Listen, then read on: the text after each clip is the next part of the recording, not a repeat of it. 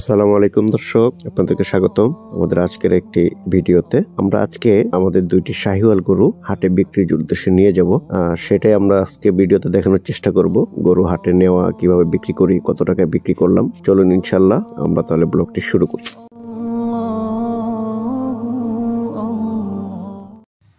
ঘর থেকে আজকে হাটে নেওয়ার প্রথম গরুটি আমরা বের করে নিলাম। সুন্দর শাহিওয়াল গরুটি যাবে, আরও একটি গরু যাবে। হ্যাঁ, এবার আমরা দ্বিতীয় গরুটিও বের করে আমরা গাড়ির কাছে নিয়ে যাচ্ছি।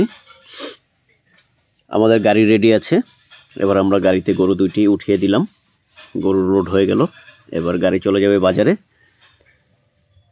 দুইটি গরু নিয়ে আজকে আমরা হাটে যাচ্ছি।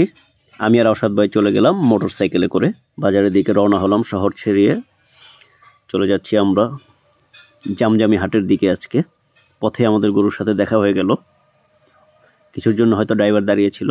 এরপর আমরা গ্রামের এই সুন্দর রাস্তা ধরে গাছগাছালি প্রকৃতি ছাড়িয়ে আমরা চলে এলাম প্রায় হাটের কাছাকাছি।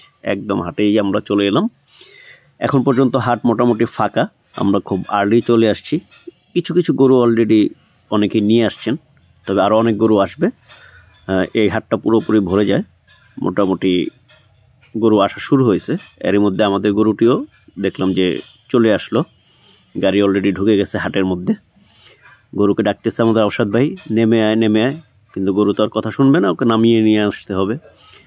আমরা একে একে দুইটি গরু নামিয়ে নিচ্ছি। প্রথম গরুটি আমরা নামিয়ে নিলাম। এরপর আমরা দ্বিতীয় গরুটি, খুব সুন্দর জাম দিয়ে নেমে আসলো। এরপর আমরা যে আরে এই গরুগুলো বাঁধবো, আমরা ওই আরের মধ্যে নিয়ে গেলাম। আরের মধ্যে সুন্দর করে গরুগুলো বেঁধে এবার কাস্টমারের অপেক্ষা। এ ফাঁকে আমরা হাটটা একটু ঘুরে দেখবো। মাঝখানে পাশে একটি ছাগলের হাট আছে। যেমন এই ছাগলের হাটে অনেক সুন্দর সুন্দর ছাগল পাওয়া যায়, ছোট বড় বিশাল সাইজের ছাগলও পাওয়া যায়। খুবই ভালো দাম এখানে। এর মধ্যে হঠাৎ দেখতে পেলাম যে বাদামওয়ালা চাচা। বাদাম তো আমার হাটে আসলে খেতেই হবে, এটা আমার খুব পছন্দের একটি জিনিস। এরপর চলে গেলাম আমরা আমাদের গরুর আরে। কিছু ক্রেতা আমাদের চলেও আসছে। তারা গরু দেখছে, পছন্দ করতেছে, দামাদামি হচ্ছে। এরপর একজন আসলো, উনি গরু নামিয়ে দেখলেন। খুবই সুন্দর আমাদের এই গরুটি।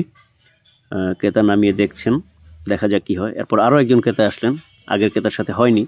উনিও গরু নামিয়ে দেখবেন। যা ভাই, একটু কষ্ট কর, নাম দৌড়া।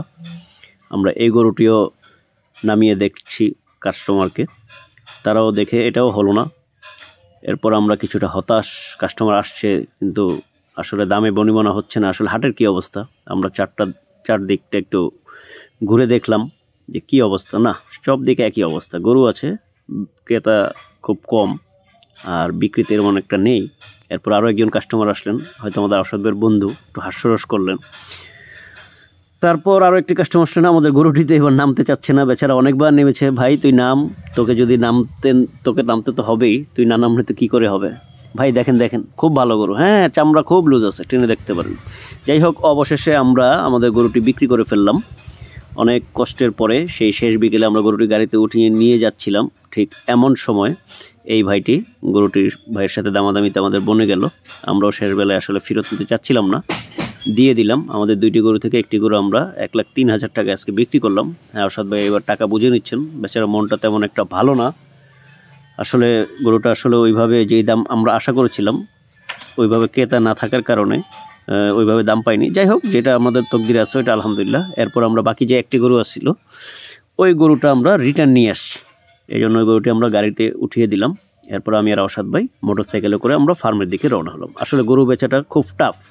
যারা আসলে প্র্যাকটিক্যাল ফিল্ডে এইভাবে গরু বেচার এক্সপিরিয়েন্স না থাকে, তারা আসলে বুঝতে পারবেন না। সেই দুপুর 1টা থেকে আমরা সেই বিকাল 5টা পর্যন্ত নন স্টপ দাঁড়ায় আছি। লোকজন আসতেছে, দেখাচ্ছি, নামাচ্ছি। আসলে বিজনেস জিনিসটাই হচ্ছে প্রতিনিয়ত নতুন নতুন চ্যালেঞ্জ। আপনার এক্সপিরিয়েন্স দিয়ে, আপনার জ্ঞান দিয়ে সেই চ্যালেঞ্জগুলো ওভারকাম করতে হবে। সবাই ভালো থাকেন। আসসালামু আলাইকুম ওয়া রাহমাতুল্লাহ।